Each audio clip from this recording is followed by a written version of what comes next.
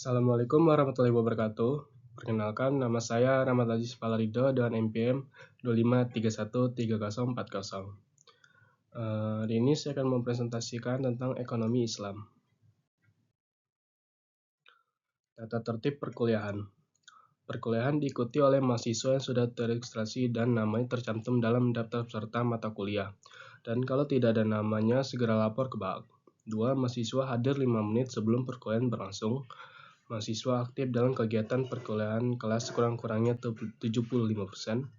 Mahasiswa aktif dalam kegiatan praktikum sekurang-kurangnya 90%. Mahasiswa menyelesaikan tugas perkuliahan sesuai rencana pembelajaran. Mahasiswa dilarang mengganggu jalannya perkuliahan, menggunakan peralatan komunikasi secara selama kuliah berlangsung, melakukan pelanggaran terhadap peraturan disiplin mahasiswa UT, pelanggaran terhadap A, B, dan C di atas dikeluarkan dari ruang kuliah.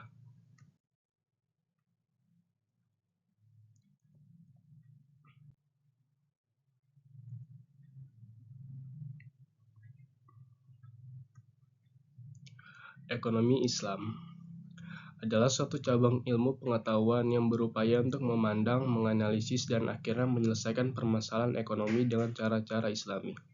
Cara-cara yang didasarkan atas ajaran Islam yaitu berlandaskan Al-Quran dan Sunnah Nabi.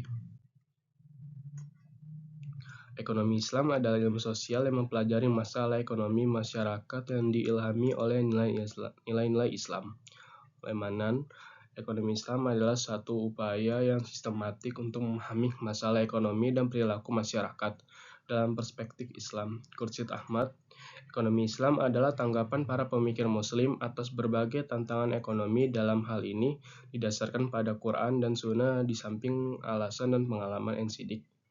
Ekonomi Islam adalah suatu ilmu dan penerapan hukum syariah yang melindungi ketidakadilan dalam kaitan dengan upaya pencapaian kesejahteraan manusia dan pelaksanaan ibadah kepada Allah Hasanuz Zaman.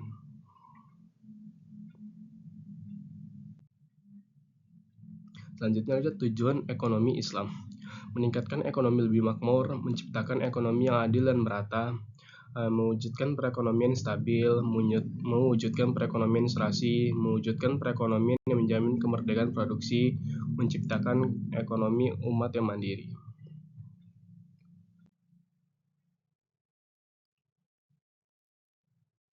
Selanjutnya ada prinsip atau nilai dasar ekonomi Islam. Yang pertama ada tauhid, keadilan, kenabian, dan ma'adat.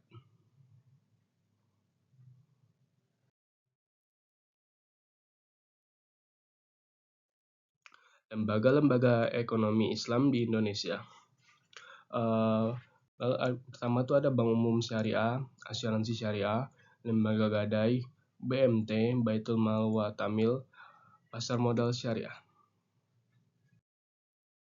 Selanjutnya ada Perbankan Syariah.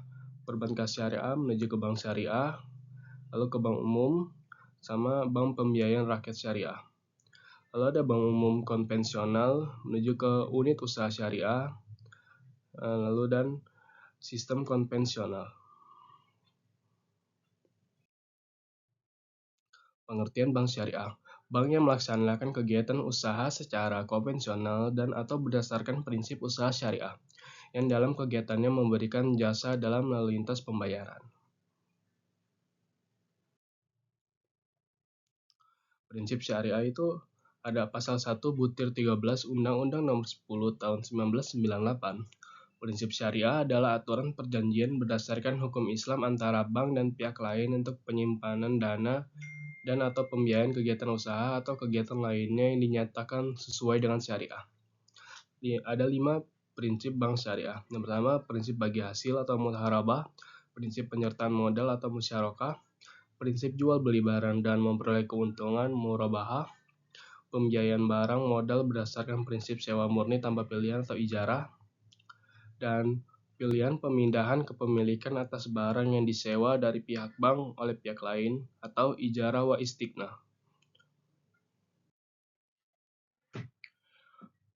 Peran Bank Syariah. Bank Syariah turut berperan dalam menunjang pembangunan ekonomi bangsa Indonesia, terutama melalui upaya peningkatan pengusaha muslim dalam perekonomian nasional dan bertindak sebagai katalisator sebagai pengembangan lembaga-lembaga keuangan syariah Indonesia. Selanjutnya ada fungsi bank syariah. Yang pertama ada manajer investasi, bahwa bank syariah tersebut merupakan manajer investasi dari pemilik dana yang dihimpun. Karena besar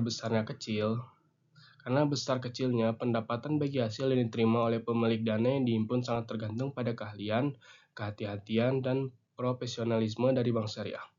Jasa keuangan, bank-bank Islam juga menawarkan berbagai jasa-jasa keuangan lainnya untuk memperoleh imbangan atas dasar agensi, kontrak, atau sewa. Contohnya meliputi letter of guarantee, wire transfer, letter of credit, dan lain-lain. Selanjutnya ada investor. Investasi yang sesuai dengan syariah tersebut meliputi akad murahabah, sewa-sewa, musyarakah, akad mudharabah, akad salam, atau istisna. Pembentukan perusahaan atau akuisisi, pengendalian atau kepentingan lain dalam rangka mendirikan perusahaan, memperdagangkan produk, dan investasi atau memperdagangkan saham yang dapat diperjualbelikan. Selanjutnya fungsi sosial. Korban perbankan Islam menghapus bank-bank Islam memberikan pelayanan sosial, apakah melalui dana kard, pinjaman kebajikan, atau zakat dan sumbangan sesuai dengan prinsip-prinsip Islam.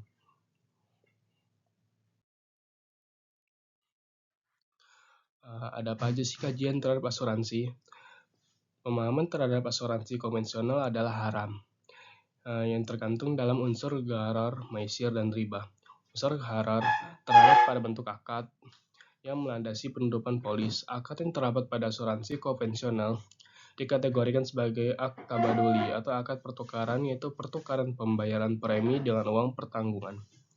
Unsur gharar ini juga terdapat pada sumber dana pembayaran klaim pada asuransi konvensional adalah tidak jelas asalnya. Unsur maisir terjadi apabila peserta asuransi membatalkan kontraknya pada masa reversing period. Ia tidak akan menerima kembali uang yang telah dibayarkan kecuali sebagian kecilnya saja. Biasanya itu kurang dari 5%. Lalu ada unsur riba. Terkandung dalam melakukan usaha dan investasi yang menggunakan sistem bunga, terutama oleh bank-bank konvensional dan funds manager companies.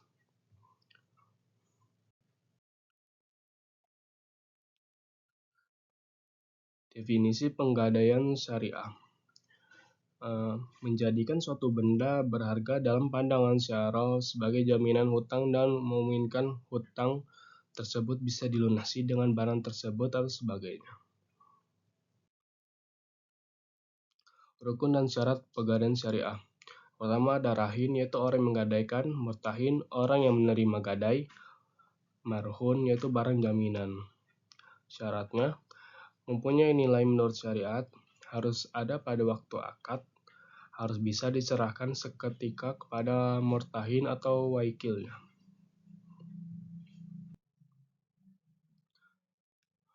Lalu ada marhun bin dain, hutang. Harus jelas rahin dan murtahin, harus tetap dapat dimanfaatkan, harus lazim pada waktu akad. Lalu ada ijab dan qabul, pernyataan gadai daripada pihak. Keduanya jelas mengungkapkan keinginan untuk akad rahan, kesesuaian qabul dengan ijab. Masing-masing orang yang berakad mengetahui maksud lawannya. Persambungan qabul dengan ijab dalam majlis akad.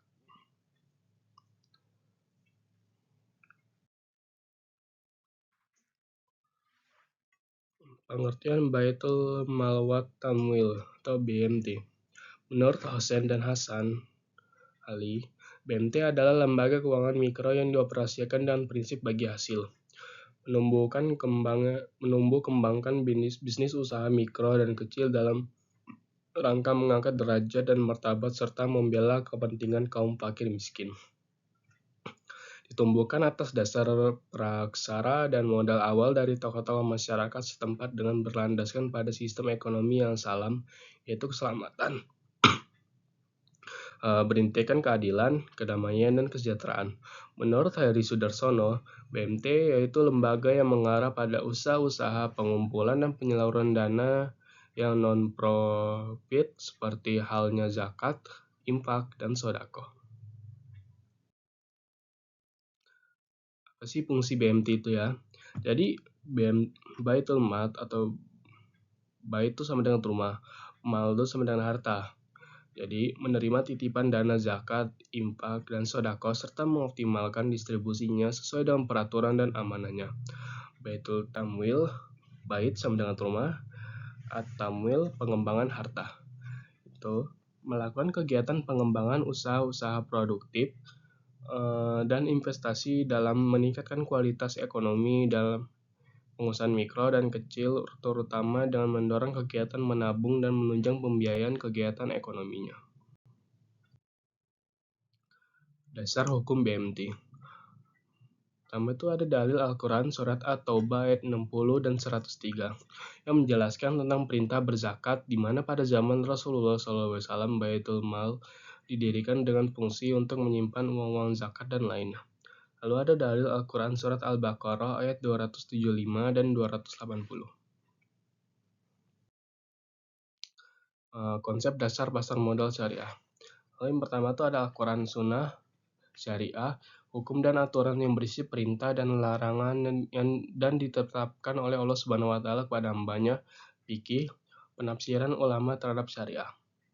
Ibadah manusia Allah pencipta, semua tidak boleh dilakukan kecuali yang ada perintah atau ketentuannya. Muamalah manusia dengan manusia lain.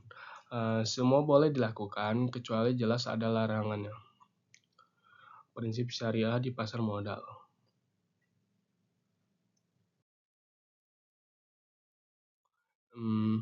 Prinsip pasar modal syariah. Yang pertama ada pembiayaan dan investasi pada aset kegiatan usaha yang halal, spesifik, dan bermanfaat dan dilakukan dengan bagi hasil. Uang adalah alat bantu pertukaran nilai. Pemilik harta menerima bagi hasil dari manfaat yang timbul dari kegiatan usaha, maka pembiayaan dan investasi harus pada mata uang yang sama dengan pembentukan kegiatan usaha. Akad yang terjadi antara pemilik harta investor dengan pemilik usaha emiten dan tindakan maupun informasi yang diberikan pemilik usaha serta mekanisme pasar, usaha dan self-regulation organisasi lainnya. Tidak boleh menimbulkan keraguan yang menyebabkan kerugian. Investor dan emiten tidak boleh mengambil resiko melebihi kemampuan yang dapat menimbulkan kerugian yang sebenarnya dapat dihindari. Investor, emiten, maupun bursa dan self-regulation organisasi lainnya tidak boleh melakukan hal-hal yang menyebabkan gangguannya yang disengaja atas mekanisme pasar, baik dari segi penawaran supply maupun dari segi permintaan. Sekian presentasi dari saya akhiri. Wassalamualaikum warahmatullahi wabarakatuh.